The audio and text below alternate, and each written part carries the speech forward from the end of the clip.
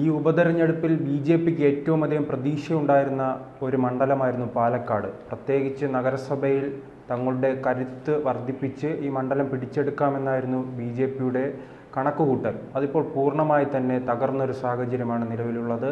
ഈ നഗരസഭയിലെല്ലാം BJP വലിയ രീതിയിൽ തകർന്നിരിക്കുകയാണ്. ആ ഇടങ്ങളിലേക്ക് രാഹുലിന് കടന്നു കയറാൻ കഴിഞ്ഞിട്ടുണ്ട്. ഇതിനുള്ള കാരണം എന്തായിരിക്കും? രണ്ട് കാരണങ്ങളാണ്. ഒന്ന്, നമുക്കറിയാമല്ലോ, നമ്മൾ നേരത്തെ BJPയുടെ കണക്കുകൾ വെച്ച് ചർച്ച ചെയ്തതാണ്. അതായത് BJP അവരുടെ കണക്കുകൾ പറഞ്ഞത് 55,000 വോട്ട് ഈ കൃഷ്ണകുമാർ പിടിക്കും, നഗരമേഖലകളിൽ അവർക്ക് വൻ ഭൂരിപക്ഷം ഉണ്ടാകും. അത് BJP നമ്മളുടെ കണക്കല്ല, അത് BJPയുടെ നേതാക്കന്മാരുടെ കണക്കാണ്. ആ കണക്കാണ് നമ്മൾ ചർച്ച ചെയ്തത്. അത് അവിടെ പോളിംഗ് ശതമാനം നഗരമേഖലയിൽ കൂടുന്നു. അപ്പോൾ അങ്ങനെ പോളിംഗ് ശതമാനം കൂടിയത് അവർക്ക് അനുകൂലമാകും, BJPക്ക് അനുകൂലമാകും എന്നായിരുന്നു BJP നേതാക്കന്മാരുടെ കണക്കൂട്ടുക. പക്ഷേ അത് അമ്പയെ പരാജയപ്പെട്ടിരിക്കുന്നതാണ് ഇപ്പോൾ നമുക്ക് കാണാൻ സാധിക്കുന്നത്. കാരണം പൊതുവേ നഗരസഭ എന്ന് പറയുന്നത് അല്ലെങ്കിൽ നഗരമേഖല എന്ന് പറയുന്നത് BJPക്ക് അനുകൂലമായ വോട്ടർമാരാണ് അവിടെയുള്ളത്. ഇത്തവണ പക്ഷേ അങ്ങനെ ഉണ്ടായില്ല എന്നുള്ളത് നമ്മൾ കാണേണ്ടി വരും. അതായത് BJPയുടെ കണക്കുകൾ പിഴച്ചുപോയി. അവർ കണക്ക് കൂട്ടിയതുപോലെ സംഭവിച്ചിട്ടില്ല. കൃത്യമായി അത് മനസ്സിലായി. 5% ആണ് വർധനവുണ്ടായത്. ഈ 5%വും അതായത് ശ്രീധരൻ മത്സരിച്ച സമയത്തിനേക്കാൾ 5% വർദ്ധിച്ചു എന്നാണ് പറഞ്ഞത്. പക്ഷേ അപ്പോഴും ആളുകൾ വന്ന് പറയുന്ന ഒരു കാര്യമുണ്ട്, ഈ ശ്രീധരൻ അല്ല കൃഷ്ണകുമാർ എന്ന് ആളുകൾ പറയുന്നുണ്ടായിരുന്നു. ഈ ആ വോട്ടെന്ന് പറയുന്ന നഗരപരിധിയിൽ അദ്ദേഹത്തിന് 6800ഓളം വോട്ടിൻ്റെ ഭൂരിപക്ഷം ഉണ്ടായിരുന്നു. അന്ന് 65% ആയിരുന്നു ആ പോളിംഗ് ശതമാനമായിരുന്നപ്പോൾ. അത് ഈ ശ്രീധരനോട് ഉള്ള വ്യക്തിപരമായ സ്നേഹം കൊണ്ടും കൂടെ കിട്ടിയ വോട്ടാണ്. പാർട്ടി വോട്ടിന് ഉപരിയായി അദ്ദേഹത്തിന് കിട്ടിയ വോട്ടാണ്. അപ്പോൾ കൃഷ്ണകുമാർ അല്ല, ഈ ശ്രീധരൻ അല്ല കൃഷ്ണകുമാർ എന്ന് ആളുകൾ പറയുന്നുണ്ടായിരുന്നു. ഒരുപക്ഷെ അതും നമ്മൾ കണക്കിലെടുക്കേണ്ടി വരും. ഈ ശ്രീധരൻ എന്ന് പറയുന്ന മെട്രോമാൻ, അദ്ദേഹം എല്ലാവരും ആദരിക്കുന്ന ഒരു വ്യക്തി, അങ്ങനെയുള്ള ഒരാൾ സ്ഥാനാർത്ഥിയായി വരുമ്പോൾ ജനത്തിനുണ്ടാകുന്ന ആദരവും സ്നേഹവും എന്തായാലും വിഭാഗീയത അവിടെ പ്രശ്നമായി കാണും. പാർട്ടിക്ക് നേരത്തെ തന്നെ C. കൃഷ്ണകുമാറിനെ സ്ഥാനാർത്ഥിയാക്കിയതിനെതിരെ മുറുമുറുപ്പുണ്ടായിരുന്നു. പക്ഷേ നമ്മൾ പിന്നീട് ചർച്ച ചെയ്തപ്പോൾ നമ്മൾ പറഞ്ഞത് സന്ദീപ് വാര്യർ കോൺഗ്രസ്സിലേക്ക് പോയപ്പോൾ അത്തരം വിഭാഗീയ ചിന്തയുള്ള ആളുകൾ മുഴുവൻ ഒന്നിച്ചു. സന്ദീപ് വാര്യർക്ക് പണി കൊടുക്കാൻ വേണ്ടി കൃഷ്ണകുമാറിനെ വിജയിപ്പിക്കണം എന്ന രീതിയിലേക്ക് ഒന്നിച്ചു എന്നുള്ളതാണ് നമ്മൾ ചർച്ച ചെയ്തത്.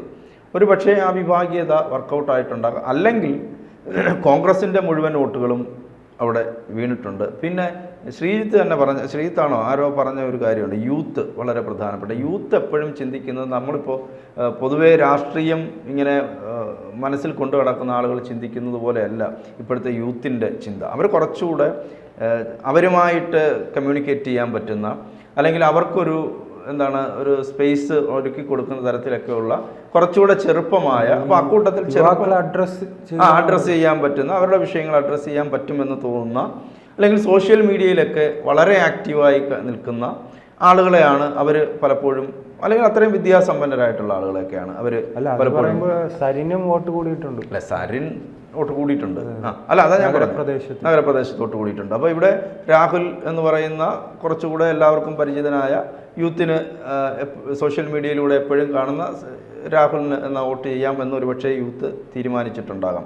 വളരെ പ്രധാനപ്പെട്ട മറ്റൊരു കാര്യം, അവിടെ ഭരിക്കുന്നത്, നഗരസഭ ഭരിക്കുന്നത് BJP ആണ്. അവിടെ ഈ BJPയുടെ നഗരസഭാ ഭരണത്തിനെതിരായിട്ട് ചില അഭിപ്രായങ്ങളൊക്കെ ഉണ്ട്, നെഗറ്റീവ് ആയിട്ടുള്ള അഭിപ്രായങ്ങളുണ്ട്.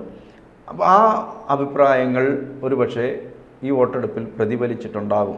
അത് നേരത്തെ തന്നെ വന്നിട്ടുള്ള ചില വാർത്തകളാണ്. ഈ നഗരസഭയിൽ BJPക്ക് എതിരായി വോട്ട് മാറുന്നുണ്ടെങ്കിൽ അതിന് നഗരസഭാ ഭരണവും ഒരു കാരണമാണ് എന്ന് വന്നിട്ടുണ്ട്. അപ്പോൾ അതുകൊണ്ടാണ് ആ മേഖലയിൽ പ്രതീക്ഷിച്ച, സാധാരണഗതിയിൽ BJPക്ക് ഏറ്റവും കൂടുതൽ വോട്ട് ഭൂരിപക്ഷം ലഭിക്കുന്നത് ഈ നഗര പരിധിയിൽ നിന്നാണ്. ഒരുപക്ഷെ പ്രതീക്ഷിച്ച വോട്ട് കിട്ടാതെ പോയത് അതുകൊണ്ടാകാം. പിന്നെ ഈ പറഞ്ഞ കാരണങ്ങളൊക്കെ ഉണ്ട്. പക്ഷെ അവിടെയും സന്ദീപ്, ഈ രാഹുൽ ജയിക്കുമ്പോൾ സന്ദീപ് അപ്പുറത്ത് പോയി എന്നുള്ളത് എന്നെ സംബന്ധിച്ച് ചർച്ചകൾ വരുമ്പോൾ, സന്ദീപിന് രാഹുൽ ജയിക്കുകയാണെങ്കിൽ അവിടെ അദ്ദേഹത്തിൻ്റെ ഇപ്പോൾ തന്നെ മാധ്യമങ്ങളോട് പ്രതികരിച്ചിട്ടുണ്ട്. സുരേന്ദ്രനെതിരെ രൂക്ഷ വിമർശനമാണ് ഉന്നയിച്ചത്. ഒരുപക്ഷെ ഈ കൃഷ്ണകുമാർ ജയിച്ചിരുന്നെങ്കിൽ, ജയിക്കും എന്നുള്ള ഘട്ടം വന്നു കഴിഞ്ഞാൽ ഇദ്ദേഹത്തിൻ്റെ കോൺഗ്രസിൽ തന്നെ നിലനിൽപ്പില്ലാതായതിന്. കാരണം ആ രീതിയിലൊക്കെ മുറുമുറുപ്പ് വന്നിട്ടുണ്ട്. കോൺഗ്രസ് പോലും പ്രതീക്ഷിക്കാത്ത തരത്തിലുള്ള ഒരു മുന്നേറ്റം. പക്ഷേ അത് പറയുമ്പോഴും മാറിയും തിരിഞ്ഞും അവിടെ വരുന്നുണ്ട്. അല്ല, ഇനി പഞ്ചായത്ത് മേഖലയിലാണ്. പഞ്ചായത്ത് മേഖലകളാണ്. UDFന്റെ ശക്തി കേന്ദ്രങ്ങളാണ്. തുടക്കത്തിൽ രാഹുൽ മുന്നിട്ട് നിൽക്കുന്നു, പിന്നീട് കൃഷ്ണകുമാർ വരുന്നു, പിന്നീട് പക്ഷേ ഈ നഗര മേഖലയിൽ BJPയുടെ കണക്ക് അങ്ങനെയായിരുന്നു.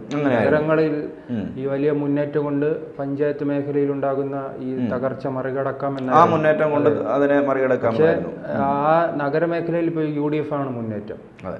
അപ്പോൾ ഈ നഗരമേഖലയിൽ UDF ആണ് ഞെട്ടിയത്. UDF തുടക്കം പ്രതീക്ഷിച്ചിരുന്ന അവരുടെ കണക്ക് പ്രകാരം ഈ നഗരമേഖലയിൽ കൂടുതൽ വോട്ട് BJPക്ക് എന്നാണ് അവർ പ്രതീക്ഷിച്ചത്. പക്ഷെ അതിനെ വിപരീതമായി UDFന് തന്നെ ഇപ്പോൾ ലീഡ് ലഭിച്ചിട്ടുണ്ട്. ഒരുപക്ഷെ അവരായിരിക്കും ഞെട്ടുന്നത്.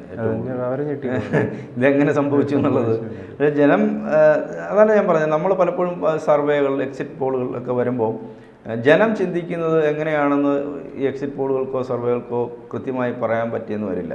ജനത്തിൻ്റെ മനസ്സിൽ വേറൊരു ചിന്തയായിരിക്കും.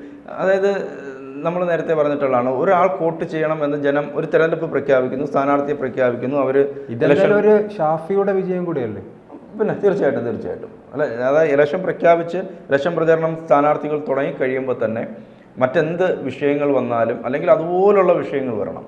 സ്ഥാനാർത്ഥിയെ ആകെ ഉലയ്ക്കുന്ന വിഷയങ്ങൾ വരണം. മറ്റ് രാഷ്ട്രീയ വിഷയങ്ങൾക്കുപരി സ്ഥാനാർത്ഥിയെ ആകെ ഉലയ്ക്കുന്ന വിഷയം വരുമ്പോഴാണ് ജനം മാറി ചിന്തിക്കുന്നത്. ഇത് ജനം സെറ്റ് ചെയ്ത് വയ്ക്കും, എൻ്റെ വോട്ട് ഇത്തവണ ഇയാൾക്ക് തന്നെ. അപ്പം രാഹുൽ വന്നപ്പോൾ രാഹുലിന് തന്നെ എന്നുള്ള രീതിയിലേക്ക് ജനം അവിടെ ചിന്തിച്ചു എന്നുള്ളത് തന്നെയാണ് നമുക്കത് നഗര പരിധിയിലുള്ള, എനിക്ക് തോന്നുന്നു അവിടെ വരുമ്പോൾ ചെറുപ്പക്കാർ അധികമായി രാഹുൽ മാങ്കൂട്ടത്തിലേക്ക് അവരുടെ വോട്ട് രേഖപ്പെടുത്തുന്ന തരത്തിലേക്ക് മാറിയിട്ടുണ്ട്. അപ്പോൾ ചെറുപ്പക്കാർ എപ്പോഴും ആർക്കൊപ്പമാണോ, പലപ്പോഴും പല തെരഞ്ഞെടുപ്പുകളെയും സ്വാധീനിക്കുന്നത് അല്ലെങ്കിൽ വിജയപരാജയം നിർണ്ണയിക്കുന്നത് ഈ ചെറുപ്പക്കാരുടെ മനസ്സിലിരിപ്പാണ്. അപ്പോൾ BJPയെ സംബന്ധിച്ച് അവർ കുറച്ചുകൂടെ നഗര മേഖലയിൽ എന്തുകൊണ്ട് പരാജയപ്പെട്ടു എന്നുള്ളതിനെക്കുറിച്ച് ഇനി കാര്യമായി ചർച്ച ചെയ്യേണ്ടി വരും.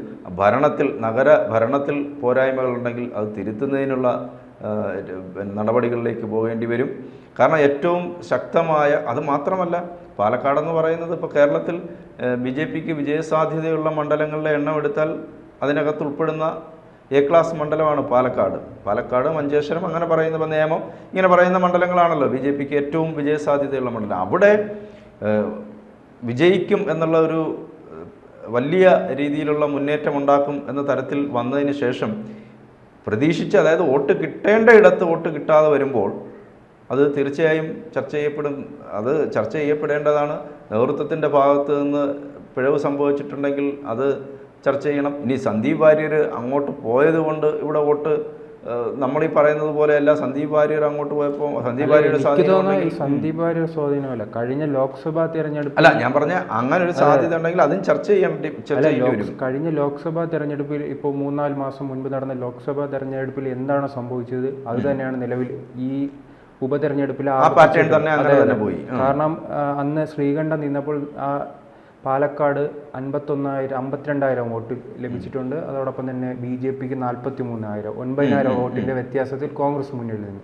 ചേലക്കരയിലും അതായിരുന്നു. LDF ആയിരുന്നു 5,000 വോട്ടിനും മുന്നിൽ നിൽക്കുന്ന ഒരവസ്ഥ ഉണ്ടായിരുന്നു. ആ പാറ്റേൺ തന്നെയാണ് ഇപ്പോഴും അവിടെ സംഭവിച്ചിരിക്കുന്നത്. വയനാട്ടിൽ സമാനമായ രീതിയിൽ കേരളത്തിലെ 3 മണ്ഡലങ്ങളിലും 3 മാസം മുൻപ് എന്താണോ നടന്നത് അത് വീണ്ടും ആവർത്തിച്ചിരിക്കുന്നു. അത് തന്നെയാണ് ആ ജനത്തിൻ്റെ മനസ്സിപ്പോഴും മാറിയിട്ടില്ല എന്നുള്ളതാണ് നമുക്ക് കാണാൻ സാധിക്കുന്നത്.